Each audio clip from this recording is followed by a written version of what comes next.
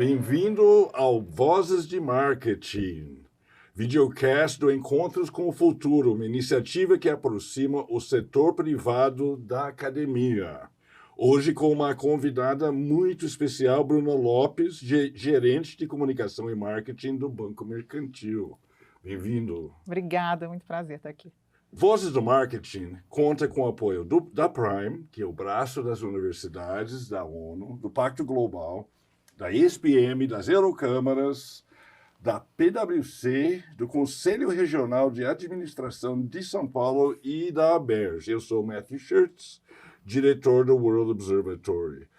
Bruna, conta pra gente como é que você se tornou gerente de comunicação e marketing do Banco Mercantil. Bom, até chegar aqui foi uma longa caminhada, né? Eu tenho mais de 25 anos de carreira, fiquei 15 anos trabalhando em agências de publicidade, na área de atendimento. Então, ali a pessoa que entende qual é o problema do cliente e consegue trabalhar com a equipe de criação, de mídia, sobre as melhores soluções. Trabalhei nessa época muito com varejo, que foi uma super escola, né? Assim, dá para aprender muito com causa da agilidade, a questão ali da concorrência.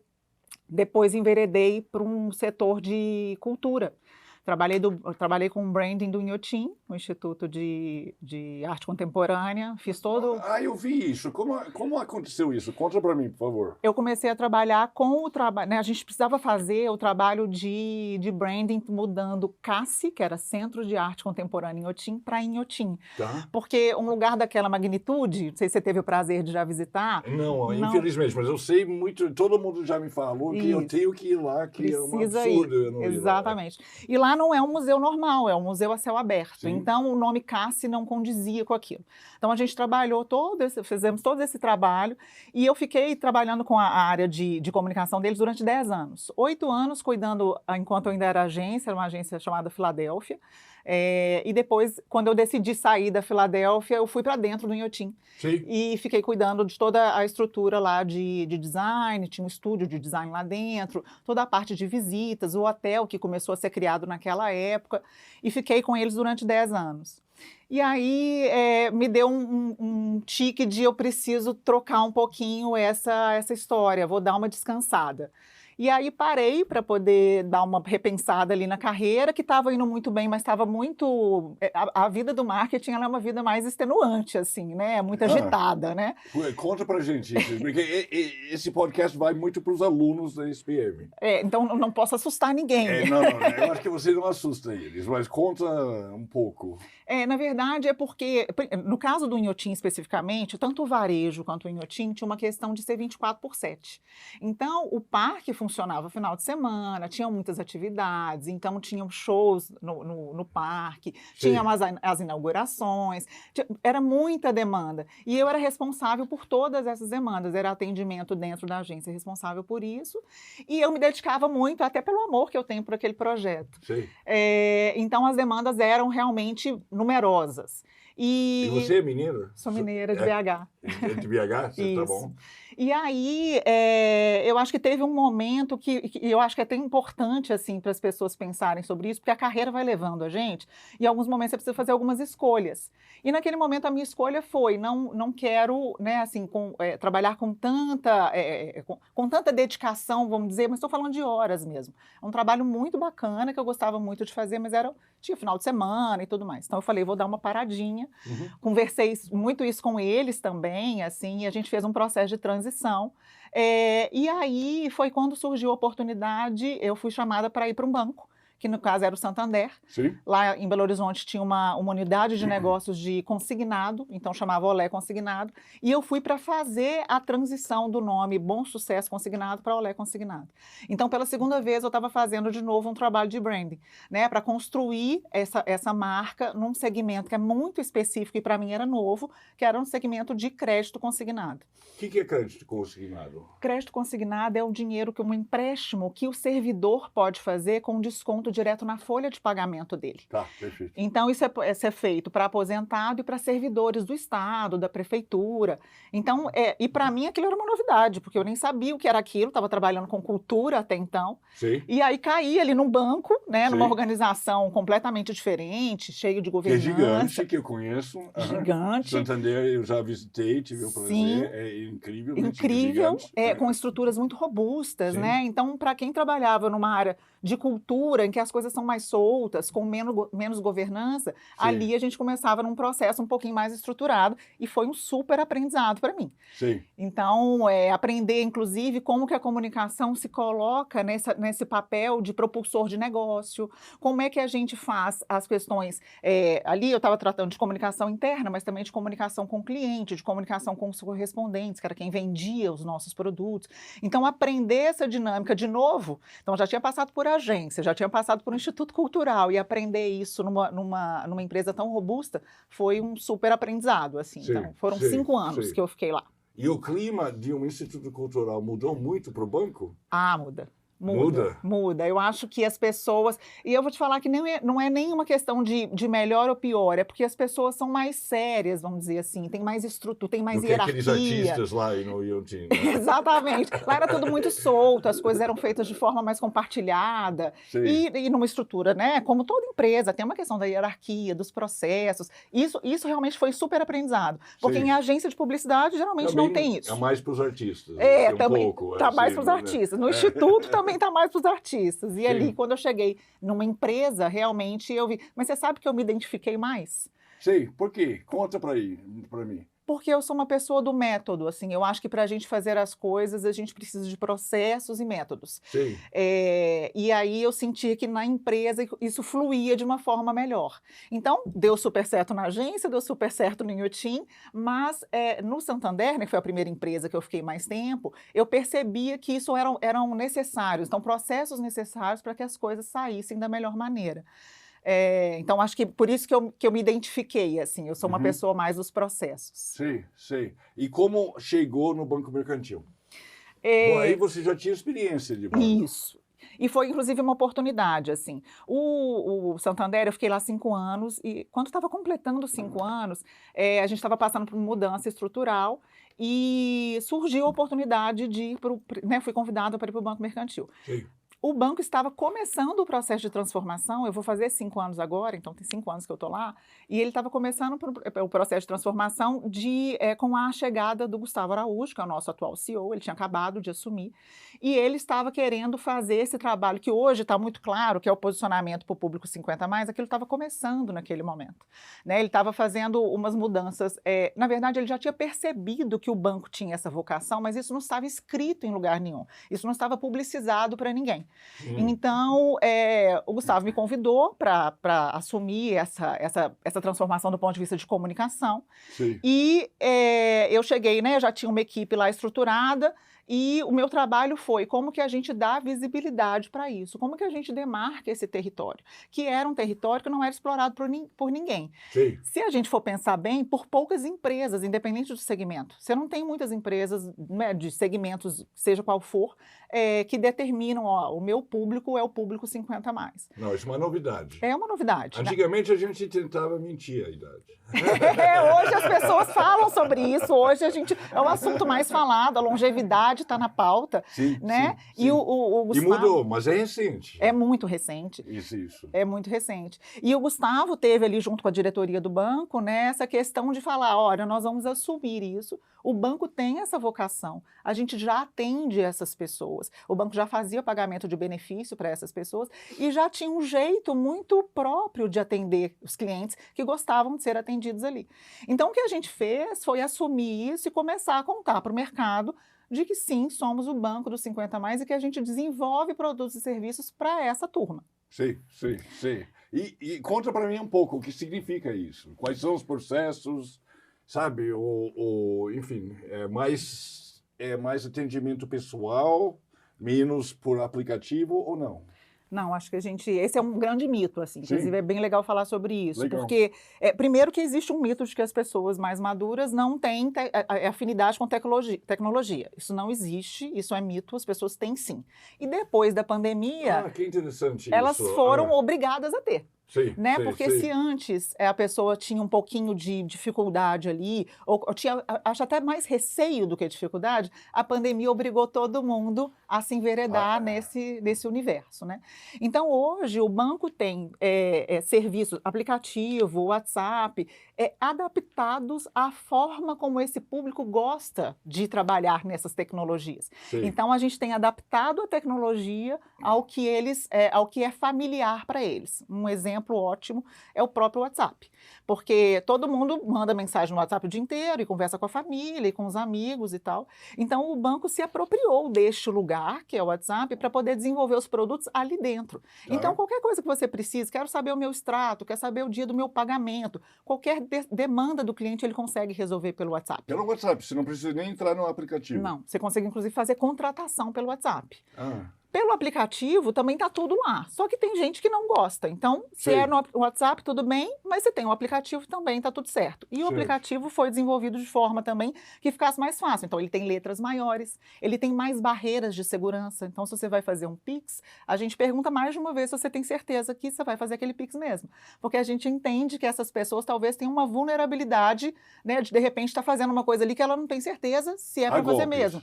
Exatamente. Então, assim, é isso mesmo? Então, coloca a sua senha. É um cuidado que a gente tem com o cliente, né? Já que a gente sabe que tem uma questão mesmo de segurança. Assim. Sim, que me parece que meus amigos, eu sou dessa faixa etária, e meus amigos são ainda mais velhos, e eles têm muito medo de cair em golpes. Isso é uma questão que a gente está vivendo muito hoje em dia e não está limitado à questão da idade, né? Qualquer pessoa está vulnerável a isso. Né? Você comentou sobre lojas, né? Hoje o banco tem expandido as nossas lojas. Então, se o cliente se sente mais à vontade de visitar uma loja, a gente tem lojas hoje espalhadas no Brasil inteiro. No Brasil inteiro? Inteiro, sim. A gente, de junho para cá, a gente abriu 84 lojas. Uau! Mas então teve a ver também o aumento de lojas, não? Com esse perfil. Sim, a gente entende que o cliente tem que escolher o que ele quer. Né? Assim, e no mercado financeiro, principalmente, a gente está vendo que vários bancos estão fechando loja, mas é difícil a gente ficar 100% digital. Né? Tem algumas coisas que a pessoa quer ter a segurança de contratar ali presencialmente. Então, ela pode fazer no digital, mas se ela quer a segurança de conversar, né, olho no olho com alguém, ela tem a possibilidade de fazer isso nas nossas lojas. Sim. E isso você determinou através de pesquisas, intuição? Como é que foi? A gente conhece muito esse público, assim, e a gente percebe a necessidade deles de ter um lugar para visitar. E a gente está falando de pessoas que têm, assim, que o dinheiro delas é o dinheiro de uma vida, né?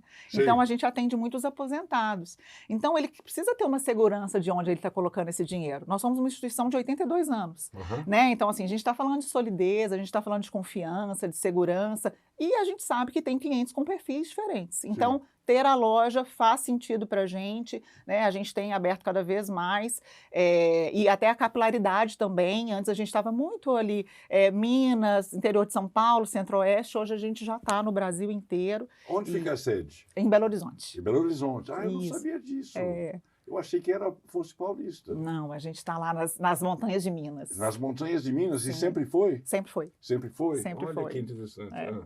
E então, conta um pouco da campanha de vocês. Então, tudo isso culminou numa campanha. Como é essa campanha?